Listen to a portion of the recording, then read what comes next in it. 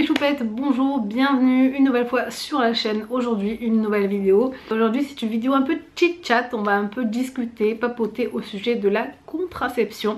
Et je sais que cette vidéo vous l'attendez depuis depuis bien 2-3 ans, depuis que je vous en ai parlé en tout cas. Et vous me dites bah c'est quand que tu l'as fait, on a besoin de conseils, on a besoin de savoir toi ce que t'en as pensé, ce que t'as fait, etc., etc.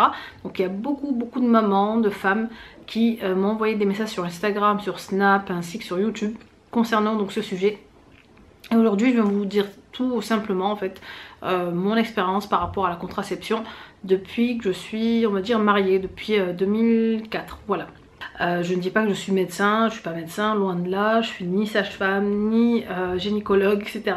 Mais je vais donner mon expérience, mon ressenti des différentes contraceptions que j'ai pu utiliser. J'en ai pas utilisé énormément, mais donc en tout cas les contraceptions féminines, donc j'en ai utilisé quelques-uns, je vais vous en parler et je vais vous dire pourquoi j'ai choisi telle ou telle contraception. On commence tout de suite donc, je me suis mariée en 2004, j'avais 24 ans. 23-24 ans à l'époque, ça fait loin. Et en fait, donc en 2004, je n'avais jamais pris en fait contraception avant mon mariage.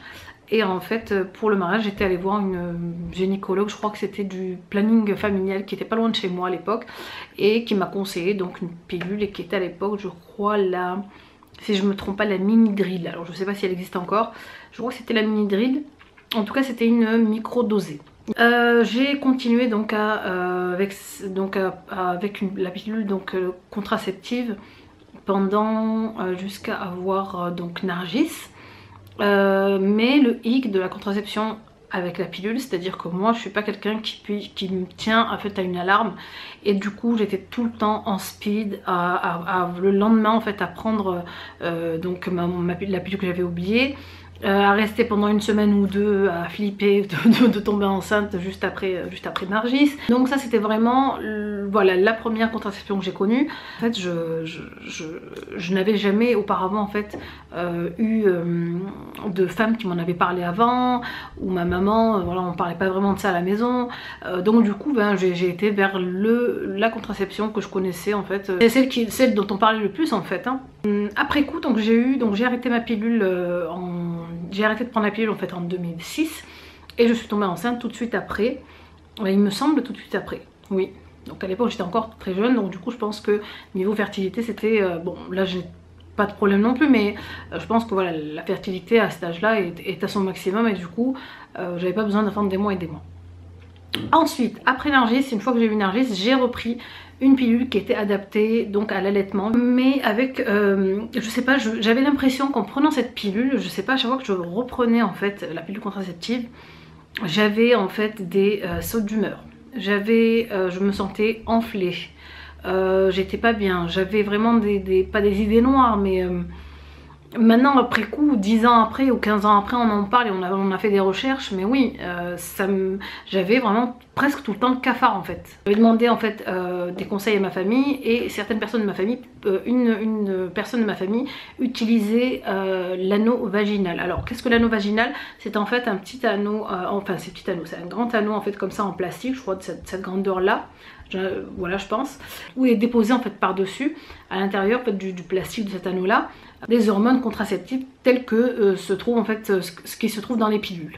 Et donc cet appareil là se met en fait au fond de l'appareil génital de la femme. Du coup ça fait aussi une contraception, sauf que il y avait en fait des fois, elle me racontait qu'il y avait des fois des accidents, que l'anneau partait, etc. Donc du coup je me suis dit Asma, reste sur ta pilule même si tu l'oublies de temps en temps. Donc j'ai commencé avec la pilule, donc Mr K n'habitait pas encore, on n'habitait pas encore ensemble, donc Mr K habitait Paris, donc il fallait qu'il déménage et qu'il vienne habiter avec moi dans le sud. Donc entre temps moi j'ai continué à prendre en fait ma pilule, et on a décidé d'avoir un enfant donc, et j'ai arrêté donc ma pilule, sauf que je me suis rendu compte que j'ai mis, c'est vrai que l'âge il faisait aussi, parce qu'à l'époque avec Balkis, donc avec Balkis j'avais je crois 31, non pas 31 ans, oui 33 ans, 32-33 ans, donc se sont écoulés presque 10 années.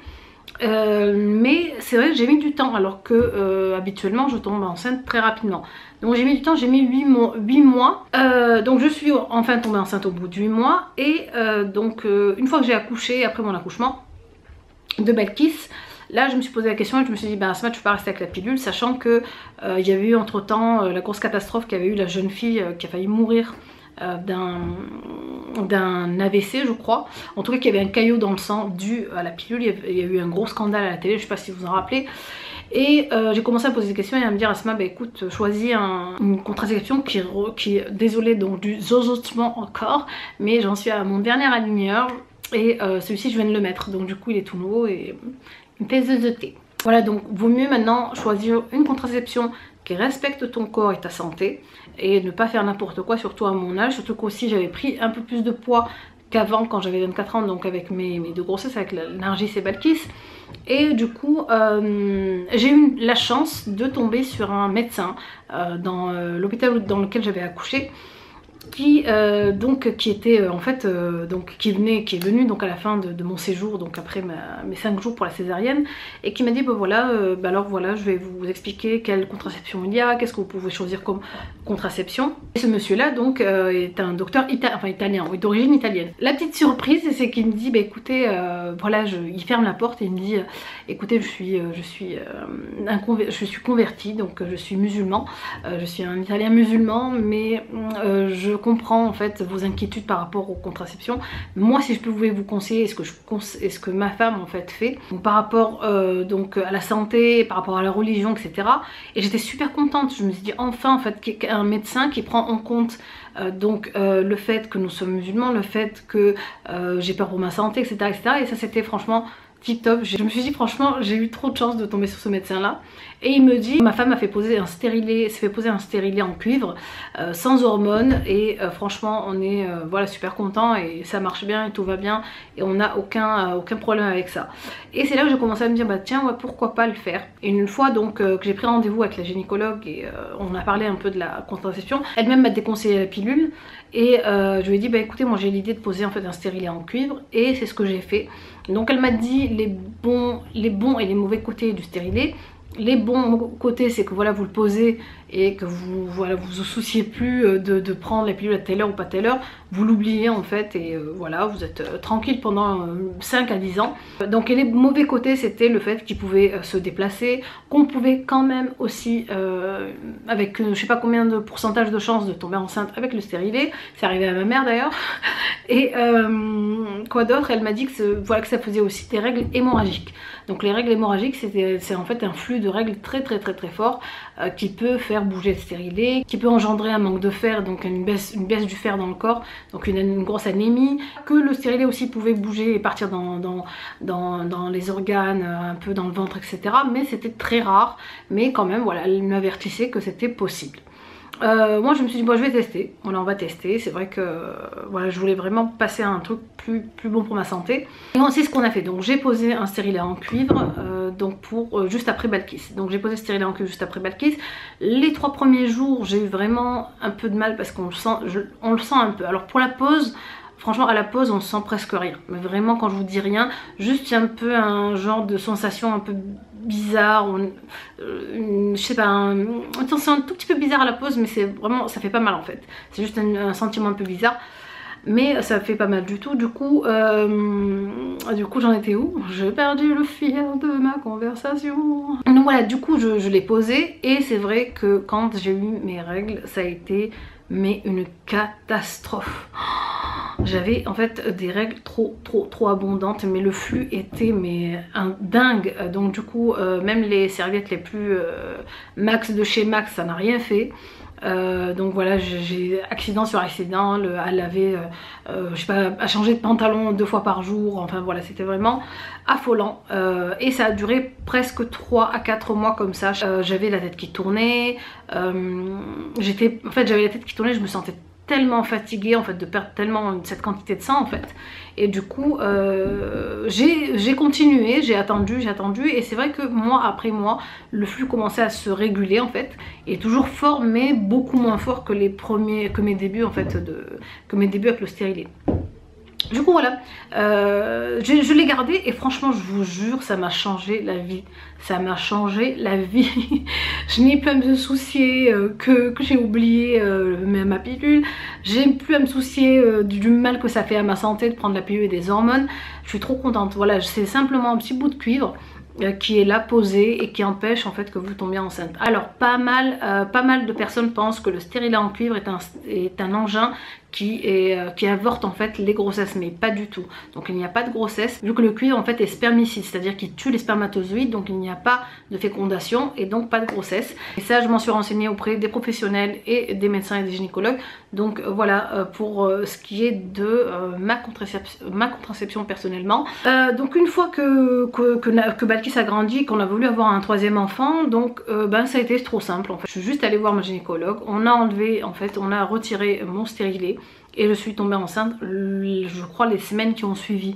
Donc voilà, une fois que vous avez enlevé le stérilet, votre cycle revient normalement. Ce qui est bien en fait avec le stérilet en cuivre, c'est que vous avez vos règles, sachant qu'avec la pilule ce n'est pas de vraies règles, c'est juste un saignement, mais ce ne sont pas les règles. Le corps ne fabrique plus de règles et voilà, et moi je trouvais ça pas sain du tout.